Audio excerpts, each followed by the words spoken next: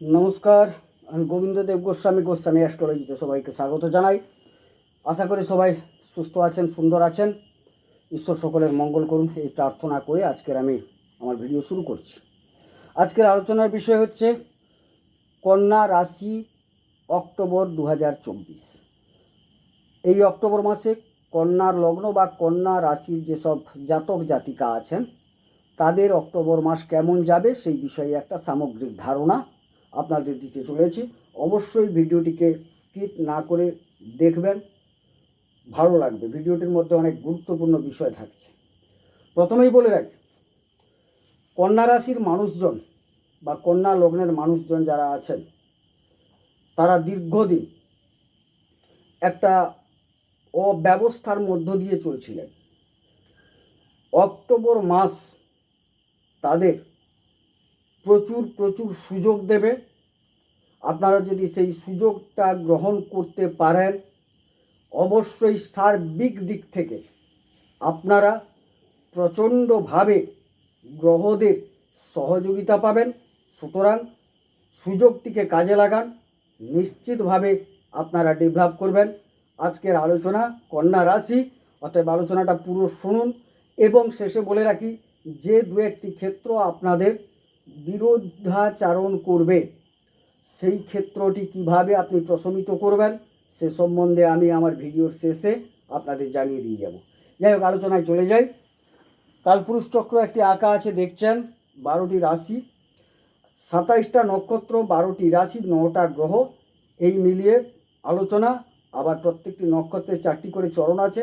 যাই হোক, সামগ্রিক আলোচনায় আমরা কিন্তু নক্ষত্র ভিত্তিক যদি আলোচনা করতে যাই অনেক অনেক বড় ভিডিও হয়ে যাবে। সেই জন্য নক্ষত্রটাকে মাথায় রেখে, রাশিতে গ্রহের অবস্থান, দৃষ্টি ইত্যাদিকে মাথায় রেখে, ভাবকে মাথায় রেখে আজকের পর্যালোচনা।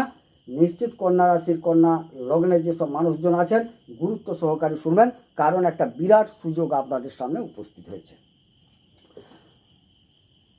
কালপুরুষ চক্রের 6ষ্ঠ ঘর এই কন্যা রাশি, যেখানে আমি 1 লিখে রেখেছি। এই কন্যা রাশি 1 নম্বর স্থান থেকে আমরা তনু বিচার করি, শরীর বিচার করি। আপনাদের সবচেয়ে যেটা ভালো সেটা হচ্ছে কি, অক্টোবরের 10 তারিখ পর্যন্ত কন্যা রাশির যে অধিপতি বুধ, তিনি কিন্তু তার স্বগৃহে থাকছেন, উচ্চাবস্থায় থাকছেন। দ্বিতীয়ত যেটা আপনাদের সবচেয়ে প্রেফার করছে সেটা হচ্ছে কি, রবি ওই কন্যা রাশিতে বসে আছেন, ফলে একটা বুধাদিত্য যোগ তৈরি হয়েছে। এই বুধাদিত্য যোগ 10 তারিখ পর্যন্ত থাকবে।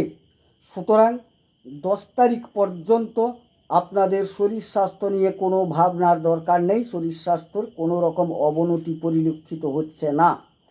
যদিও কেতু বসে আছেন, কেতু পুরো অক্টোবর মাস এখানে থাকবেন।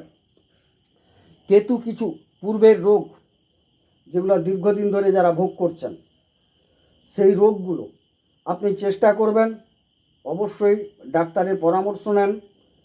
এই যে বুধাদিত্য যোগ চলছে, এই সময়কালে আপনার কিন্তু উপশম হওয়ার সম্ভাবনা প্রবল দেখাচ্ছে।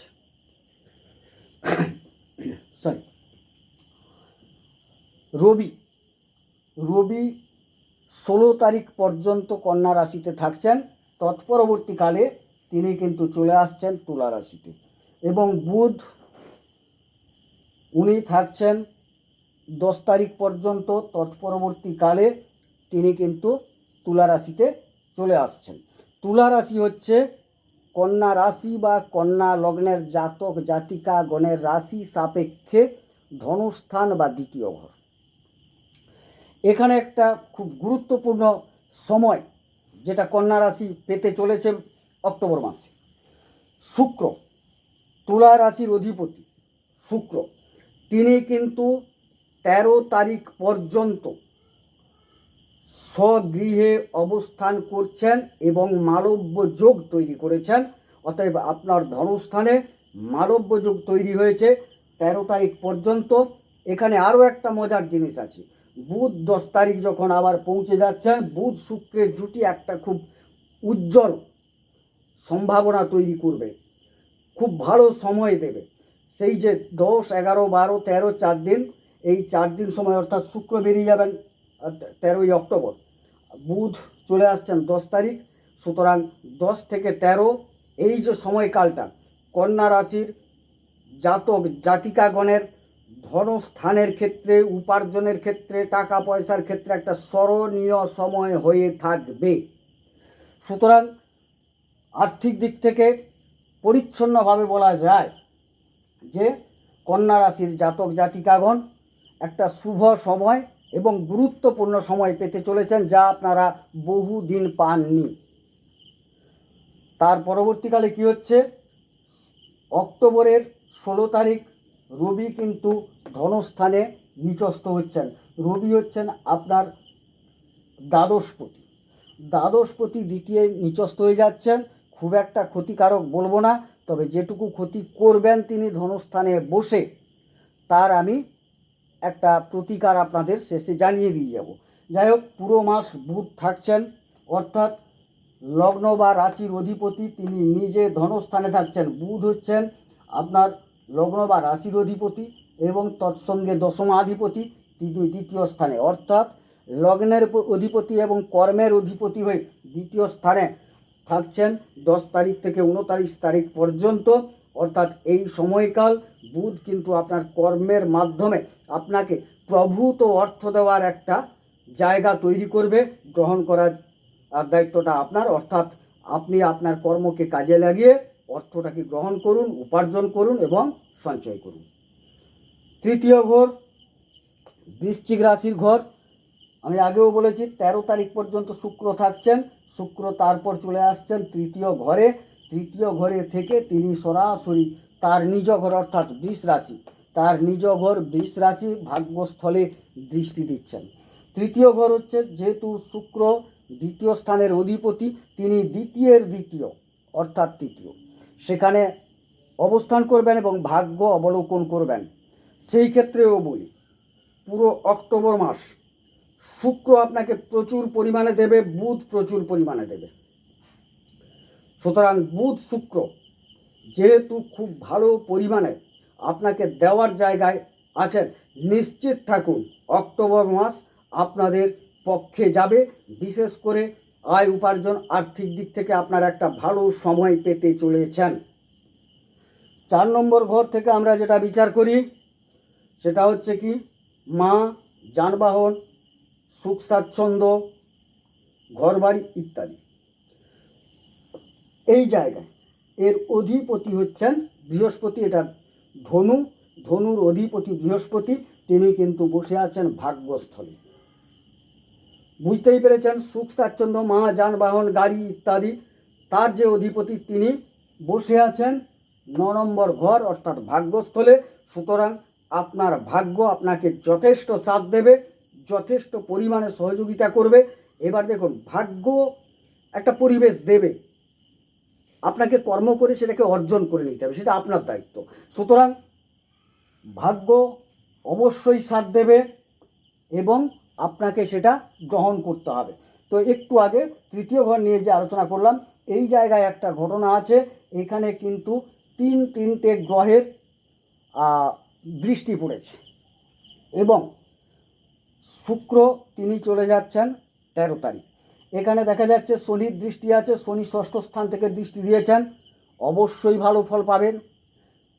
রাহু সপ্তম থেকে দৃষ্টি দিয়েছেন, কিঞ্চিত অশুভ ফল আছে, সেটা পরে বলছি। অশুভগুলো কীরকম, হঠকারিতা আপনার ক্ষতি করে দেবে, হঠাৎ সিদ্ধান্ত নেওয়া থেকে বিরত থাকা ভালো।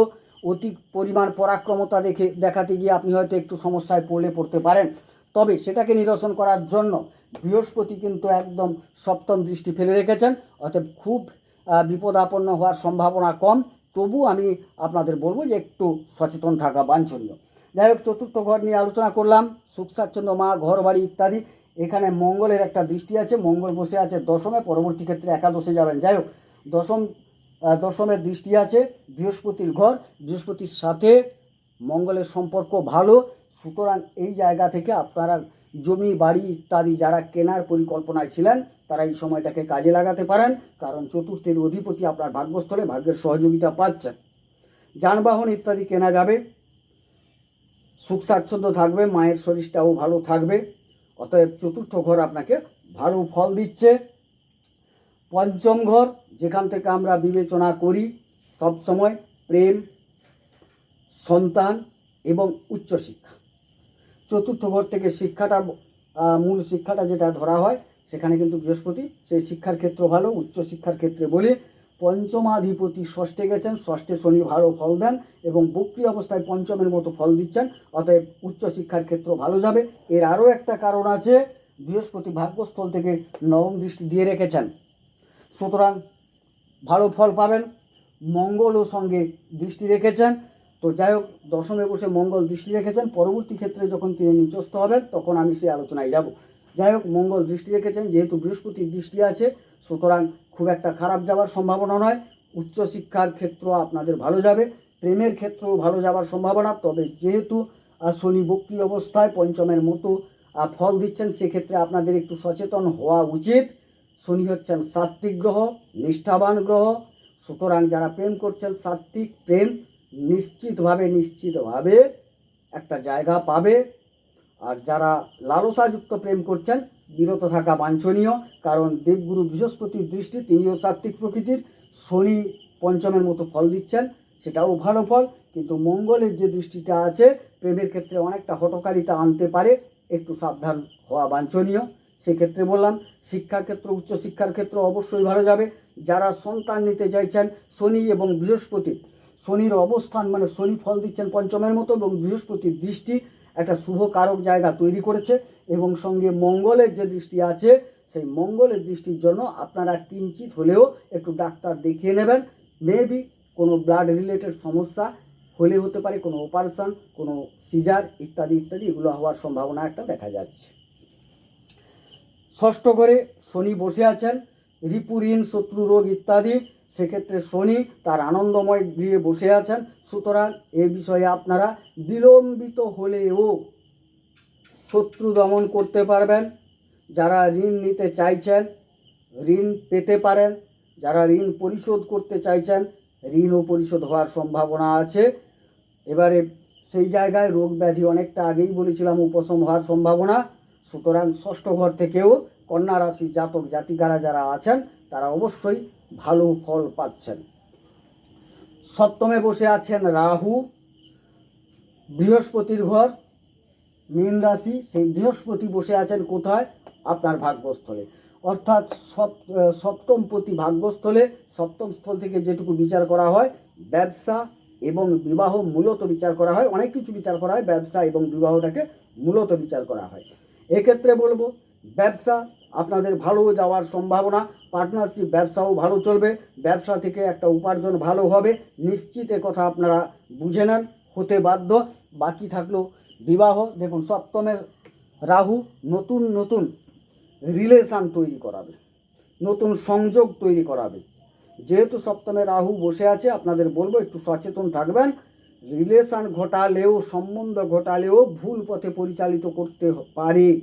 সেক্ষেত্রে যারা বিবাহ করতে চাইছেন তারা কিন্তু একটু দেখে শুনে বিবাহ করবেন। আপনি যেখানে বিবাহ করবেন তার সম্বন্ধে সম্যক একটা ধারণা আপনি যেন পান। সেই জন্য বললাম যে বিবাহের ক্ষেত্রে হঠকারিতা নেবেন না, বুঝে সুঝে কিন্তু বিবাহের দিকে এগানোটাই শ্রেয়। ব্যবসা থেকে অবশ্যই আপনারা লাভবান হচ্ছেন।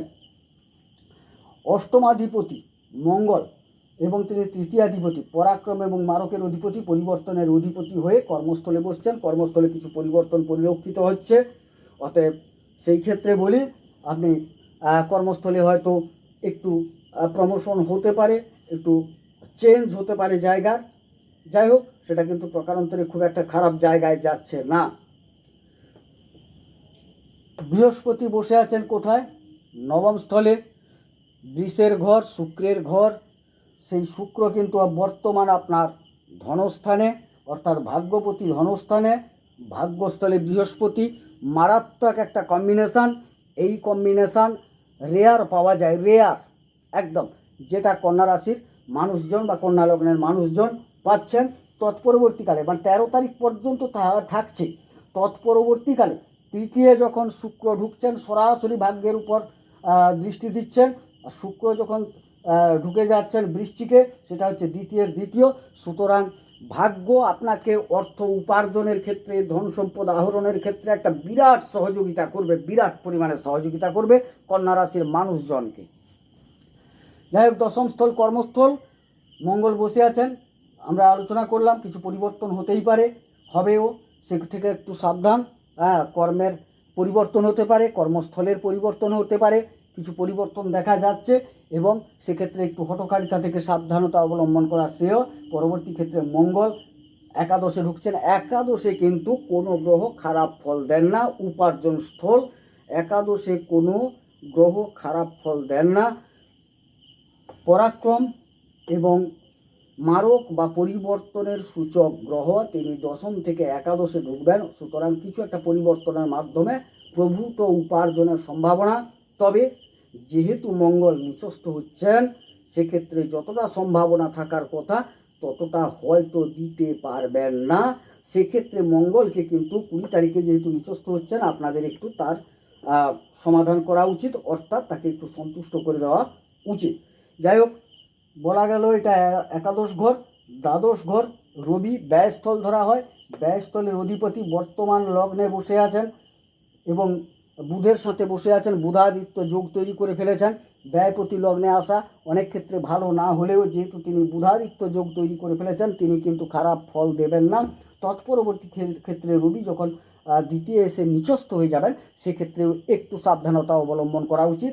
ওভারঅল দেখা যাচ্ছে আর্থিক দিক থেকে দু একটি গ্রহ কোনো সময়ে একটু খারাপ ফল দিলেও কিন্তু সার্বিকভাবে কিন্তু আপনার একটা শুভ ফল পাচ্ছেন। শুভ নয়, অতি শুভ একটা ফল পেতে চলেছেন অক্টোবর 2024-এ। সুতরাং একটু জিস্ট আকারে বলে নিই, শরীর স্বাস্থ্য, পুরানো রোগ ব্যাধি উপশমের সম্ভাবনা আছে, একটু যত্নবান হতে হবে। ধনস্থান খুব ভালো, আর্থিক উপার্জন খুব ভালো থাকছে। বৈবাহিক ক্ষেত্রে একটু সাবধানতা অবলম্বন করা উচিত। ব্যবসা ক্ষেত্র খুব ভালো যাবে, উপার্জন ক্ষেত্র খুব ভালো যাবে। একটু 20 তারিখের পর মঙ্গলকে তুষ্ট করতে হবে, এবং 16 তারিখের পর রবিকে একটু তুষ্ট করার প্রয়োজন আছে। আর যেহেতু লগ্ন বা রাশিতে কেতু বসে আছে, কেতু হচ্ছে গুপ্ত কারক গ্রহ, সুতরাং কিছু গোপনীয়তা আপনাকে সাহায্যও করবে এবং কিছু গোপনীয়তা আপনার ক্ষতিও করতে পারে, এবং সেই ক্ষেত্রে আপনি নিজের যা কিছু করবেন আপনিও একটু গোপনীয়তা বজায় রেখে করুন। যাই হোক, আমি আজকের আলোচনাটা মূলত শেষ করতে চলেছি। এবার বলে দিই, কন্যা রাশির জাতক জাতিকাগণ বহুদিন পর একটা বিরাট পরিবর্তন আসছে আপনাদের সামনে, বিশেষ করে আর্থিক দিক থেকে একটা বিরাট পরিবর্তন আসছে। সেই ক্ষেত্রটাকে কাজে লাগান। বিরুদ্ধাচারণ করবে যে গ্রহগুলো, অর্থাৎ নিচস্থ হয়ে যাচ্ছে যে গ্রহগুলো, সেই গ্রহগুলোকে একটু তুষ্ট করুন। আমি আপনাদের পরামর্শ দিই, রবি যেহেতু দ্বিতীয় এসে নিচস্থ হয়ে যাচ্ছেন, আপনারা সূর্যকে অর্ঘ্য দেবেন। তামার পাত্রে জল নেবেন, একটি লাল ফুল দেবেন, পাত্রটি হাতে ধরবেন। নমো বিবস্বতে ব্রহ্মণ ভাস্বতে বিষ্ণু তেজসে জগত সবিত্রে সূচয়ে সবিত্রে কর্মদায়িনে ঈদমর্ঘম নমো শ্রী সূর্যায় নম। এই সূর্য সহস্রাংশ তেজ রাশি জগৎ পথে অনুকম্পায় ইমাং ভক্তাগৃহানার্ঘং দিবাকরম। অর্ঘ্য দিলেন, প্রণাম করবেন। নমো জবা কুসুম শঙ্কাশঙ্কাশ্যপে মহাদ্যুতিম ধান্তারিং সর্বপাপং প্রণতস্মি দিবাকরম। প্রণাম করুন। পুরো অক্টোবর মাস আপনি করুন, যদিও 16 তারিখ যাচ্ছেন, কিন্তু আগে থেকে আপনি করুন, নিশ্চিত উপকার পাবেন। যেহেতু ধনুস্থান গুরুত্ব দেওয়া উচিত। তৎপরবর্তীকালে বলি, যেহেতু মঙ্গল দশমে থেকে একাদশে এসে নিচস্থ হয়ে যাবেন, মঙ্গলকে একটু সন্তুষ্ট করবেন। আমারই চ্যানেলে কিন্তু দেওয়া আছে, রবি গ্রহকে সন্তুষ্ট করার জন্য কবচ পাঠ করা আছে, এবং কবচটি আপনি যদি পাঠ করতে পারেন ভালো, যদি না পাঠ করতে পারেন নিয়মিত 2 বার শ্রবণ করুন, অবশ্যই উপকার পাবেন। মঙ্গলের কবচ পাঠ করা আছে, মঙ্গলের অধিমাতা বগলামুখী স্তোত্র পাঠ করা আছে, যদি পাঠ করতে পারেন ভালো, যদি নাও পাঠ করতে পারেন অন্তত সারাদিনে 2 বার শ্রবণ করুন, অবশ্যই উপকৃত হবেন। এবং অতিরিক্তভাবে বলি, যারা বিবাহ ক্ষেত্র নিয়ে একটু সমস্যায় পড়েছেন তাদের বলবো আপনারা রাহুর কবচ পাঠ করুন বা শ্রবণ করুন। আপনাদের আমরা বীজ পাঠ করতে বলতাম, কিন্তু বীজ পাঠের ক্ষেত্রে অনেকটা দীক্ষার ব্যাপার জড়িয়ে থাকে, সবাই দীক্ষিত নয়, সুতরাং সেক্ষেত্রে বলবো কবচ পাঠ করুন, কবচ শ্রবণ করুন, অবশ্যই উপকৃত হবেন। এবং এটা একটা সার্বিক আলোচনা, কারণ এটা গোচর ভিত্তিক আলোচনা, একটা সার্বিক আলোচনা। আপনাদের জন্ম কুণ্ডলিতে যদি গ্রহগুলির অবস্থান ভালো থাকে অবশ্যই কন্যা রাশিকে এই চমকপ্রদ ফল পেতে হবে, পাবেনই।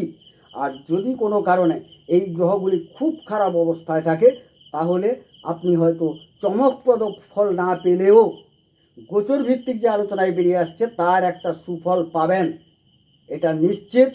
আমি আপনাদের বলে গেলাম অক্টোবর মাস, আপনি তো পূর্বটা কাটিয়েছেন, অক্টোবর মাস একটু পরীক্ষা করুন। তবে হ্যাঁ, আপনাকে পরিশ্রম করতে হবে, পরিশ্রম ব্যতীত কোনো কিছু হয় না। ভাগ্যযুক্ত কর্ম ইজিক্যাল টু ফল, ভাগ্য সাথ দিচ্ছে, কর্ম আপনাকে করতে হবে, ফল অবশ্যই পাবেন। অক্টোবর মাস আপনি একটু ফলো করুন, আগের তুলনায় আপনার পরিবর্তন আসছে কিনা, যদি এসে থাকে বা আসে আমাকে অক্টোবর মাসের শেষে অবশ্যই কমেন্টে জানাবেন। সবাই সুস্থ সুন্দর থাকুন, ভালো থাকুন, ঈশ্বর সকলের মঙ্গল করুন, মঙ্গল হোক। আমার চ্যানেলটিকে অবশ্যই সাবস্ক্রাইব করবেন এটুকু প্রত্যাশা করব, লাইক করবেন এটুকু প্রত্যাশা করব। নমস্কার।